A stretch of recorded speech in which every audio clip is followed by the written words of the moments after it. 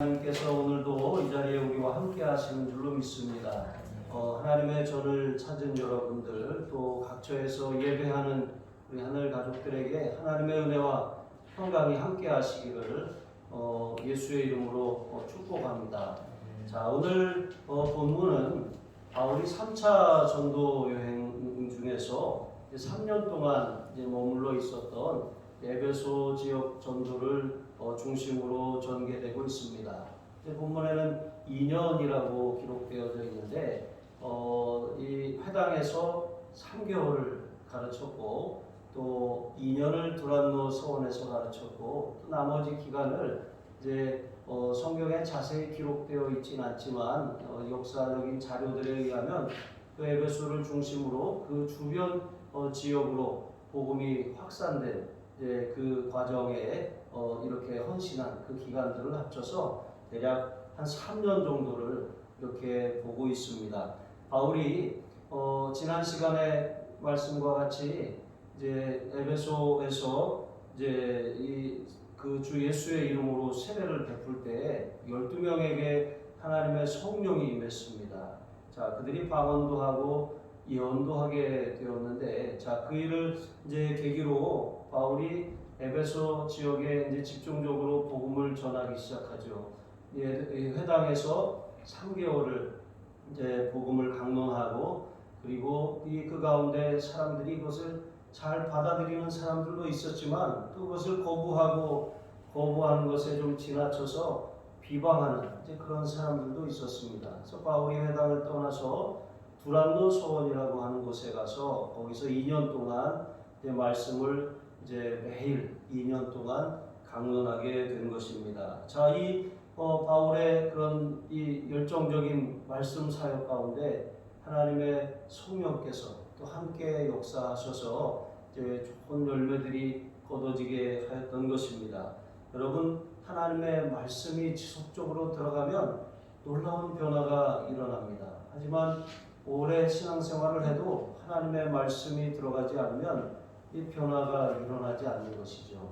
자, 이렇게 우리의 심령에도 주님의 말씀이 지속적으로 들어와서 큰 심령의 부흥이 일어나기를 주님의 이름으로 축복합니다. 자, 오늘 이러한 배경을 가지고 말씀을 통해서 몇 가지 교훈을 살피며 은혜를 나누겠습니다. 첫 번째로 바울은 담대하게 하나님의 말씀을 전했습니다. 여러분, 우리가 하나님의 말씀을 받았다라고 하는 것, 하나님의 말씀을 통해서 은혜를 발견하고 깨달았다라고 하는 것, 그것은 귀한 선물이면서 동시에 사명입니다. 우리가 하나님께서 내게 주신 은혜를 무엇으로 보답할 수 있습니까? 그것은 우리가 받은 은혜를 다른 사람들에게 전하는 거예요. 내게 말씀하신 그 주님의 음성을 다른 사람에게도 들려주는 그런 통로로 그렇게 헌신하고 쓰임받는 일인 줄로 믿습니다. 오늘 8절 말씀에 보시면 바울은 에베소 회당에서 담대히 이제 하나님의 말씀, 하나님 나라에 대해서 이제 강론하고 권면했습니다. 그런데 이 바울은 담대함이 있었습니다. 여러분, 우리가 우리의 말을 하면 조금 이렇게 주저할 수도 있고 쭈뼛거릴 수도 있습니다. 하지만 바울이 담대하게 말할 수 있는 것은 자기를 자랑하거나 자기를 이렇게 내세우는 것이 아니라 하나님의 나라, 하나님의 말씀, 생명의 복음을 전하기 때문에 그런 것이죠. 우리가 하나님의 말씀 앞에 있어서는 절대로 이렇게 뒤로 물러서거나 두려워하거나 주저할 이유가 없는 것이죠. 하나님께서 주신 말씀이기 때문에 담대하게 여러분 간증하시기를 바랍니다. 자, 이렇게 하나님의 말씀을 여기서 강론하고 권면했다라고 하는 것, 그것은 자세히 풀어서 설명하고 또 이렇게 권면했다라고 하는 그런 의미인 것입니다. 자, 그런데 9절 상반절에 보면 말씀을 많이 들었습니다. 3개월 동안 전했으면 아마 바울이 무슨 말을 하고 있는지 대부분의 사람들이 알았을 것입니다. 그런데 복음이 들어가면 이제 정확한 반응이 일어나는 것이죠. 많은 사람들이 복음을 받아들이기도 하지만 또 그 중에 어떤 사람들은 그것을 거부하고 불편해하고 또 사람들 앞에서 비방합니다. 그러니까 대적자가 되는 것이죠. 그것은 다른 이유가 아니라 오늘 성경은 그들이 마음이 굳어서 순종하지 않았다고 말씀하고 있는 것이죠. 이 마음이 마음같이 문제인 것입니다. 마음의 그 완악함과 강박함이 하나님의 말씀을 튕겨져내는 거예요. 마치 길가에다가 씨앗을 길에다가 심을 수 없는 것처럼 그 이미 딱딱하게 굳어진 그 심령에 하나님의 말씀이 뿌리를 내리지 못하는 것입니다. 그래서 이렇게 하나님의 말씀을 들으면 누구나 다 순종하면 좋겠지만 사실 그렇지 않은 것입니다. 또 예수님이 이제 좋은 밭, 또 이렇게 이 밭에 떨어진 씨앗의 비유에서도 말씀하신 것처럼 각 사람의 마음이 다 천차만별이에요. 어떤 사람은 길가와 같고, 어떤 사람은 흙이 얇은 돌밭과 같고, 어떤 사람은 가시밭 같습니다. 어떤 사람은 이 30배, 60배, 100배로 결실하고 마치 스펀지처럼 말씀을 잘 받아들이는 그런 옥토와 같은 사람도 있다라고 하는 것입니다. 여러분, 사람은 본성적으로 하나님을 떠났고 또 이 죄 가운데 살기 때문에 이 하나님을 거역하게 되어 있습니다.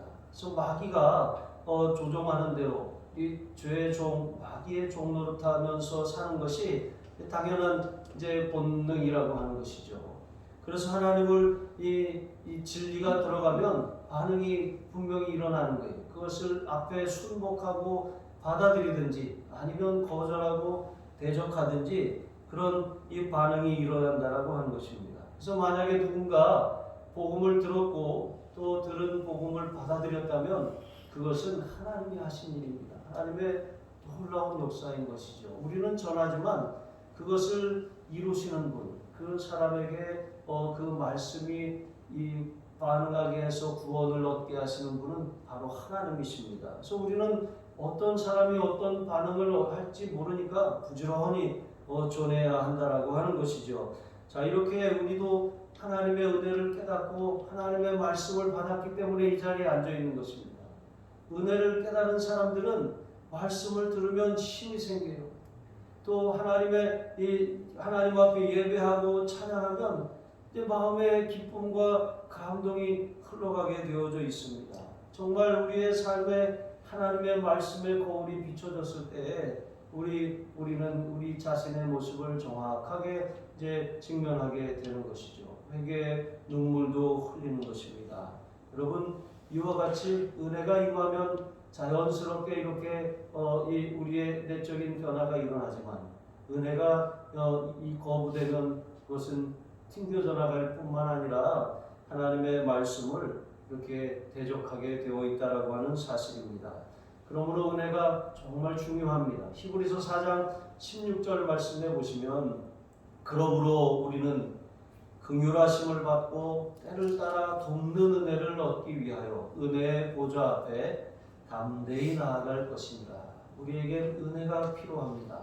예수님이 십자가에서 우리를 위해서 이제 이 속죄양이 되시고 또 우리를 위해서 피 흘리신 그 공로가 우리로 하여금 하나님 앞에 담대히 설 수 있게 합니다. 예수님의 이름으로 나아갈 때 우리는 하나님의 은혜를 어떤 순간에도 입을 수 있게 되는 줄로 믿습니다. 어거스틴은 이런 말을 남겼습니다. 하나님도 못하시는 게 있다. 그것은 회개하지 않는 사람을 구원하시는 것이다. 또 한 가지는 회개하는 자를 벌하시는 것이다. 하나님은 회개하면 하나님의 은혜를 구하면 반드시 용서해 주십니다. 하지만 끝까지 회개하기를 거부하면 하나님도 그 사람을 구원하실 수 없다는 것, 이것을 우리가 깨달아야 할 줄로 믿습니다. 그래서 9절 하반절에 보시면 이제 하나님께서도 복음을 끝까지 거절하고 받아들이지 않는 사람들을 내버려 두시는 모습을 볼 수 있습니다. 복음을 배척하고 또 비방하자 바울이 어떻게 했습니까? 회당을 떠나서 이제 두란노 서원으로 자리를 옮깁니다. 그리고 거기서 하나님의 말씀을 이제 가르치고 전했습니다. 따로 제자들을 세운 것이죠. 들을 만한 사람들을 가르치기 시작한 것입니다.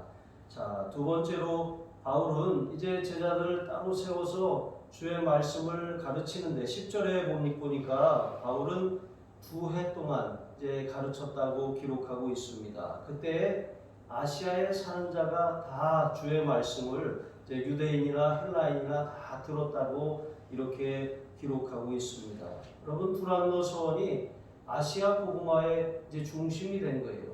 여러분, 원래 바울은 2차 전도 여행 때에 아시아로 가기를 원했어요. 하지만 하나님께서 그것을 허락하지 않으셨어요. 그리고 이 마게도냐 사람이 환상 중에 그에게 나타나서 건너와서 우리를 도우라 했습니다. 이 마게도냐는 유럽의 관문입니다. 그리고 마게도냐의 첫 성인 빌립보로 들어가게 되었는데, 이처럼 하나님께서는 이 바울의 처음 계획, 처음의 뜻은 아시아였지만 하나님의 때가 되지 않았기 때문에 유럽으로 발걸음을 돌리셨습니다. 그런데 오늘 말씀해 보니까 하나님이 이제 바울의 그 소원이었던 아시아 지역 선교에 다시 큰 그런 열매를 거두게 하시는 것을 볼 수가 있습니다. 바울은 빌립보를 시작으로 데살로니가, 베레아, 아덴을 거쳐서 이제 고린도에까지 복음을 전했습니다. 그리고 정하신 때가 되자 비로소 이제 터키 서부 지역이죠, 에베소에 와서 복음을 전하게 된 것이죠. 그것은 이제 소아시아라고 일컬어지는 이제 그런 곳입니다. 자, 이렇게 에베소를 중심으로 그렇게 복음을 이렇게 전해서 그 지역에 그 당시에 많은 교회들이 세워졌습니다. 소아시아 7교회도 그때 세워졌습니다. 그리고 라오디게아, 히에라볼리, 또 골로새 교회가 이 당시에 세워졌습니다. 그러니까 이때를 바울의 선교 사역의 전성기라고도 할 수 있는 때인 것이죠. 여러분, 우리가 하나님 앞에 어떤 일을 소원하고 또 사명을 감당하겠다고 결단을 하고 헌신할 수 있습니다. 그런데 우리의 생각대로 하나님께서 우리에게 그 일을 그때 맡기시지 않을 수도 있다라고 하는 것입니다. 그 당시에는 왜 하나님이 이 길을 막으셨을까, 이런 생각이 들 때도 있습니다. 인생의 일도 마찬가지입니다. 어떤 때는 하나님이 그 길을 열어주시고 순탄하게 인도하시기도 하시지만 어떤 경우에는 그것을 막으십니다. 허락하지 않으시는 것이죠.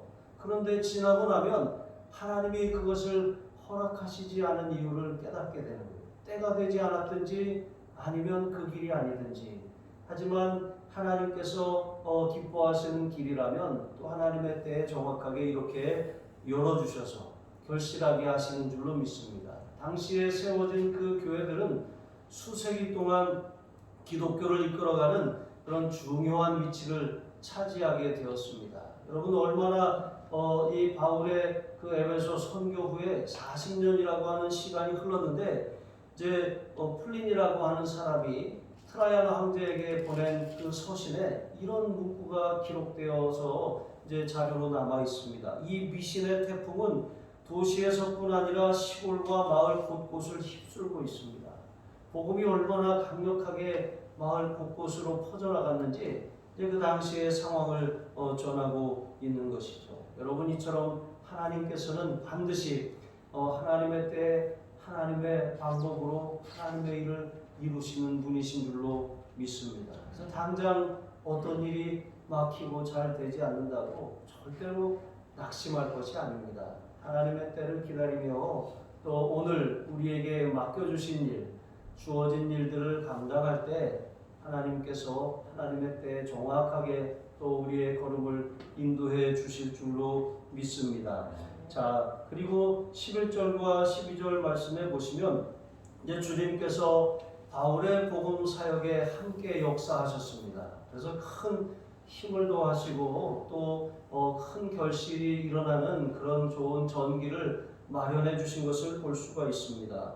바울의 손으로 이제 놀라운 능력을 행하게 하셨는데, 심지어 바울의 손수건이나 앞치마를 가져다가 이렇게 병든 사람에게 얹으면 막 낫는 거예요.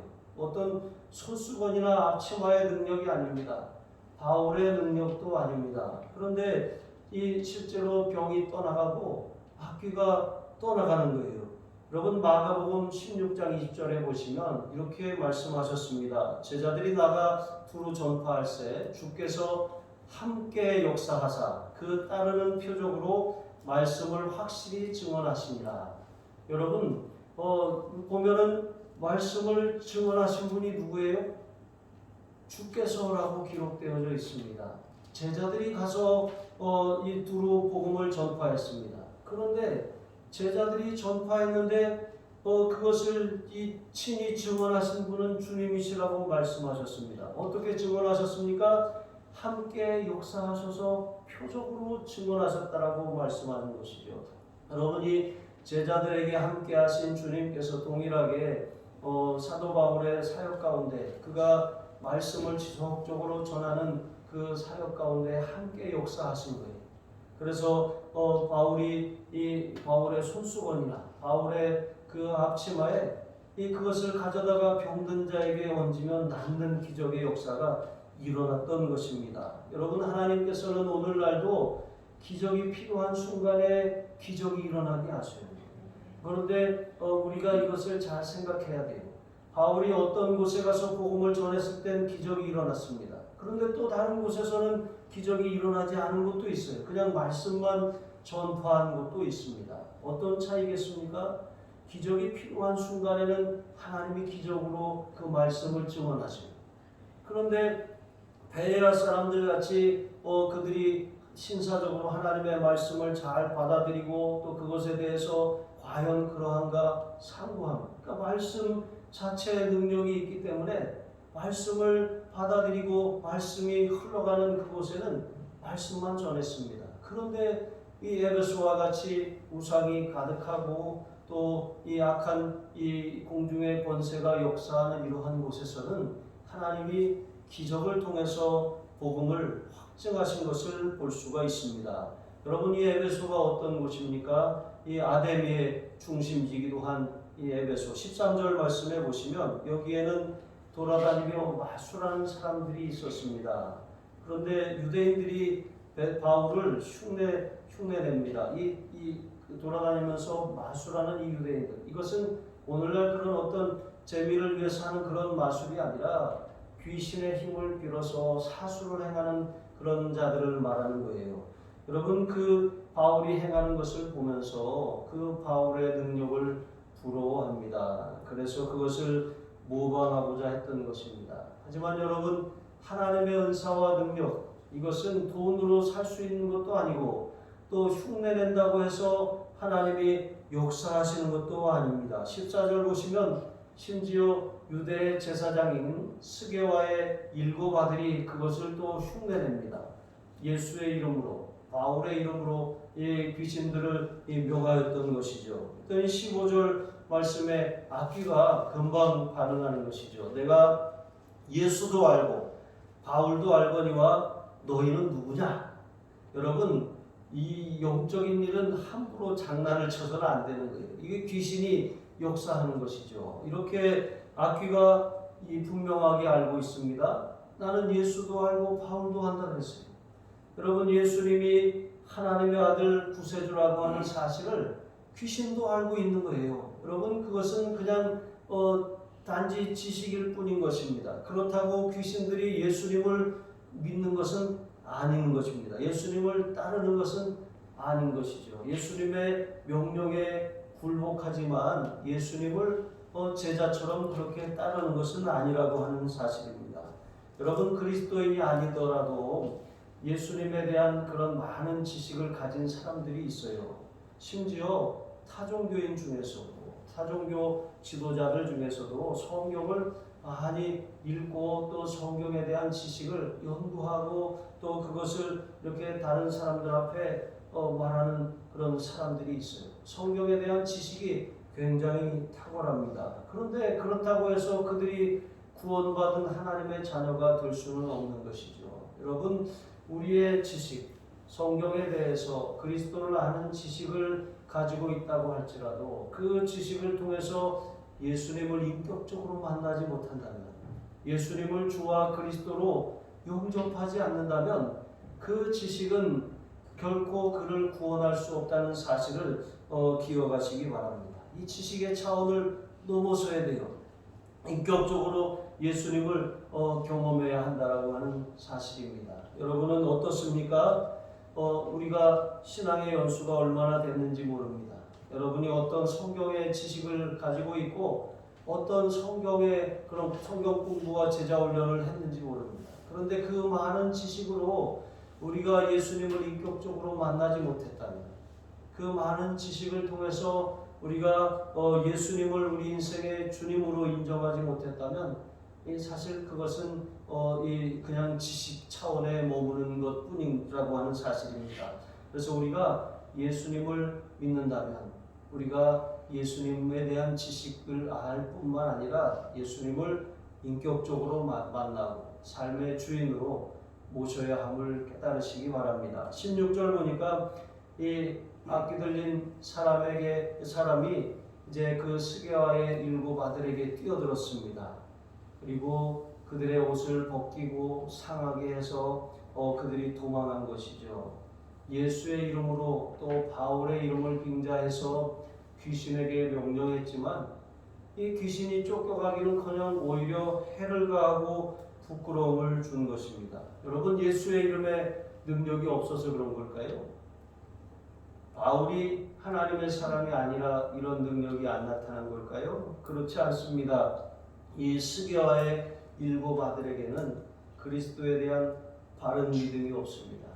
바울이 복음에 대한 확신을 가지고 전파한, 바울이 만난 그 예수님에 대한 확신, 그 믿음이 그들에게는 없었던 것입니다. 동기 또한 바르지 않은 것이죠. 그들은 자신들을 드러내고 자기들을 자랑하기 위해서, 자기 영광을 위해서 그 기적을 흉내낸 것입니다. 그런데 주님은 결코 하나님의 영광을, 하나님의 거룩한 이름을 다른 자에게 내어주시는 분이 아니신 것입니다. 오직 하나님만 홀로 영광을 받으시기에 합당하신 분이심을 믿으시기 바랍니다.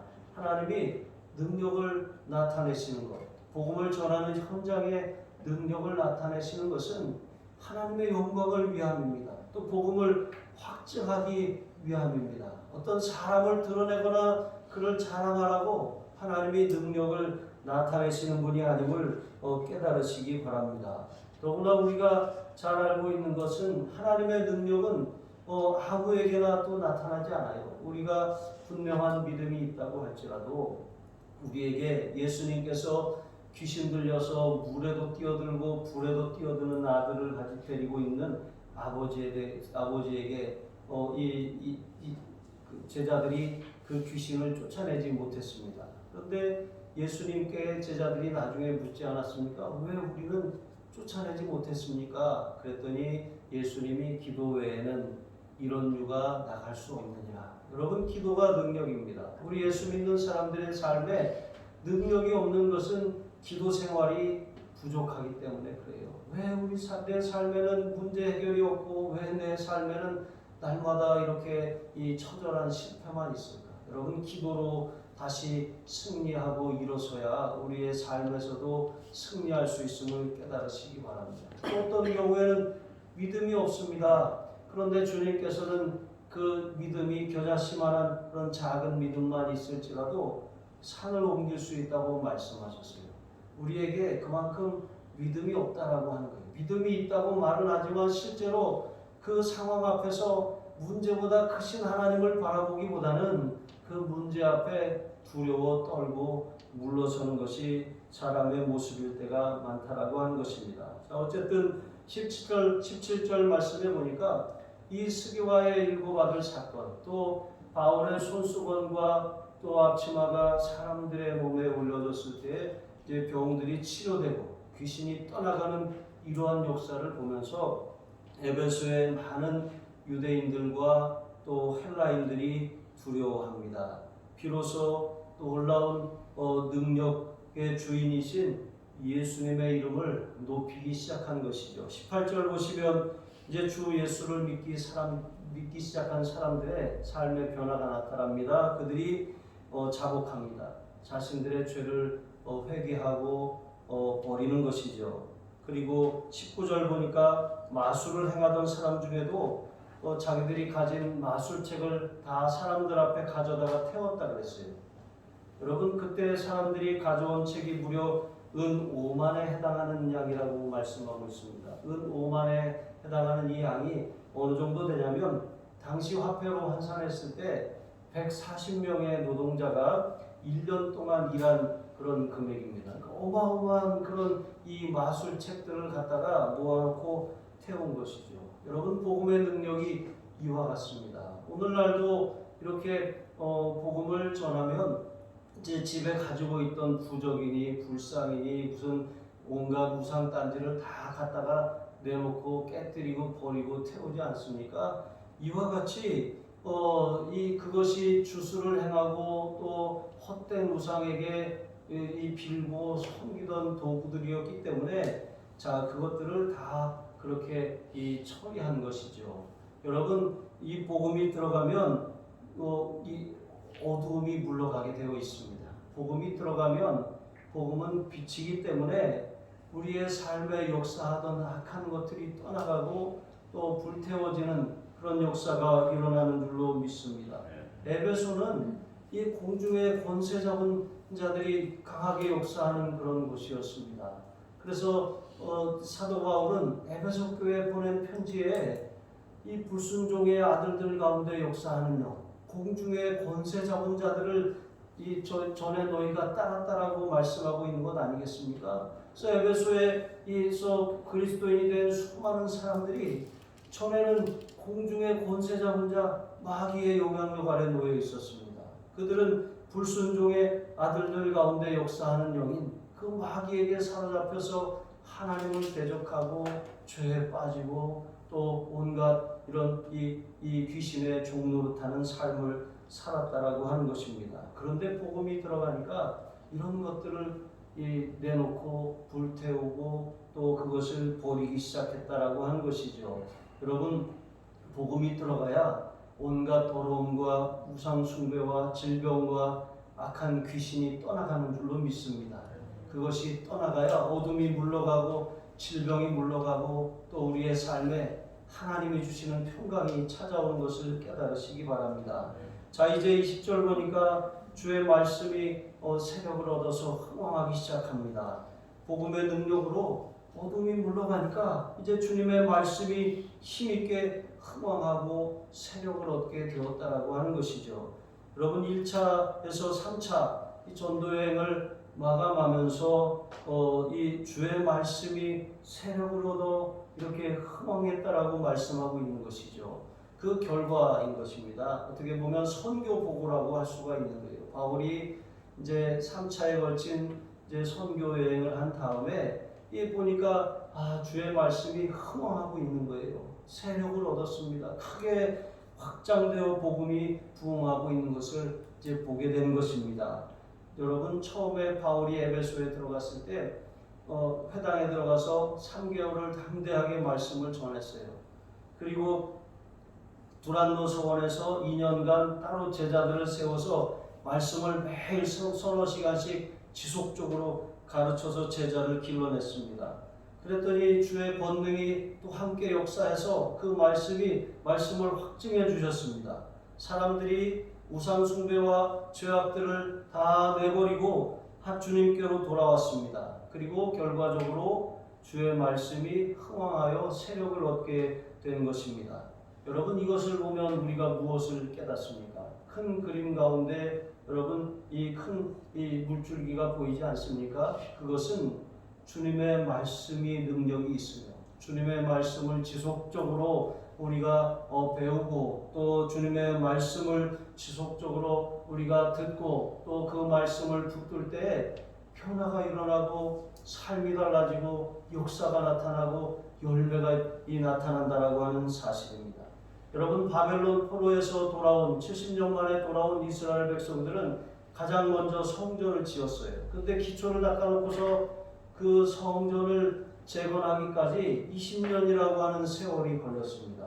그리고 성전을 지으면 다 될 줄 알았는데 성전을 짓고 났는데도 여전히 영적인 어두움 가운데 있습니다. 그래서 하나님께서 학사겸 제사장인 에스라를 보내셨어요. 이 에스라는 제2의 모세라고도 일컬어지는 사람인데 하나님이 이 사람을 감동하셨습니다. 그래가지고 이 에스라가 말씀을 내가 연구해서 백성에게 가르쳐야 되겠다, 이런 마음의 결단을 가지고 이제 예루살렘으로 돌아왔습니다. 그래서 느헤미야 8장을 보면 에스라가 나무로 만든 강단에 서서 하나님의 말씀을 이 낭독하고 그 뜻을 해석해서 그 뜻을 깨닫게 합니다. 그러니까 말씀을 들은 백성들이 그 말씀을 깨닫고 나니까 회개하기 시작해요. 눈물을 흘립니다. 심령이 회복되기 시작한 거예요. 여러분, 이렇게 우리의 삶의 변화는 먼저 내적으로 이런 변화가 일어나야 되는 거예요. 처음에는 이런 외적으로 성전을 지었습니다. 하지만 말씀이 들어가지 않으면 삶의 근본적인 변화가 나타날 수가 없는 거예요. 여러분, 우리에게 아모스가 마지막 그 당시에 하나님의 말씀을 듣지 못한 영적인 기갈에 대해서 그렇게 경고했습니다. 여러분, 사도 바울도 디모데에게 보낸 편지에 마지막 때에는 사람들이 이 바른 교훈을 받지 않고 귀가 가려워서 자기들의 그런 사욕을 따를 그런 스승을 많이 둔다고 말하였습니다. 여러분, 오늘의 시대는 우리가 마음만 먹으면 말씀을 어디서든지 마음 놓고 들을 수 있는 그런 시대예요. 말씀의 홍수 시대라고 할 수 있습니다. 여러분, 홍수 때에 마실 물이 없다 그랬어요. 여러분, 참으로 아이러니가 아닐 수 없는 것입니다. 말씀이 정말 이렇게 범람하는 이 시대에 말씀이 역사하지 못하는 것은 말씀의 능력이 없어서가 아닌 것이죠. 그 말씀을 대하는 우리의 자세, 하나님의 말씀이 흥황하지 못하는 것은 그 말씀을 우리가 너무 가볍게 듣기 때문에 그런 것입니다. 말씀을 간절하게 듣고 지속적으로 듣고 사모하며 듣고 또 우리가 하나님의 말씀을 생명처럼 그렇게 붙들게 될 때에 그 말씀이 내 속에서 역사하는 거예요. 그 역사한 말씀이 내 심령을 부흥하게 하고 내 삶을 부흥하게 하고 열매 맺게 하는 줄로 믿습니다. 여러분, 말씀을 가까이 하고 말씀에 이 노출되는 그런 2021년 되시기를 바랍니다. 말씀이 내 속에 지속적으로 공부해야 돼요. 정말 하나님의 말씀이 나에게 생명이고 능력이고 이것이 나의 변화의 원천입니다. 내가 열매 맺지 못하는 것은 말씀이 내 속에서 역사하지 않기 때문입니다. 여러분, 이런 사실을 깨닫고 말씀에 대한 사모함을 가지고 2021년 이 심령의 그런 흥황의 역사가 일어나시기를 주님의 이름으로 축복합니다. 기도하시겠습니다. 하나님 아버지, 하나님의 말씀이 우리 속에서 흥황하여 세력을 얻게 하여 주시옵소서. 날마다 말씀을 입에 두고 마음에 새기며 상고하여 내 심령에서부터 말씀의 큰 부흥이 일어나게 하여 주시옵소서. 우리 주 예수 그리스도의 이름으로 기도합니다. 아멘.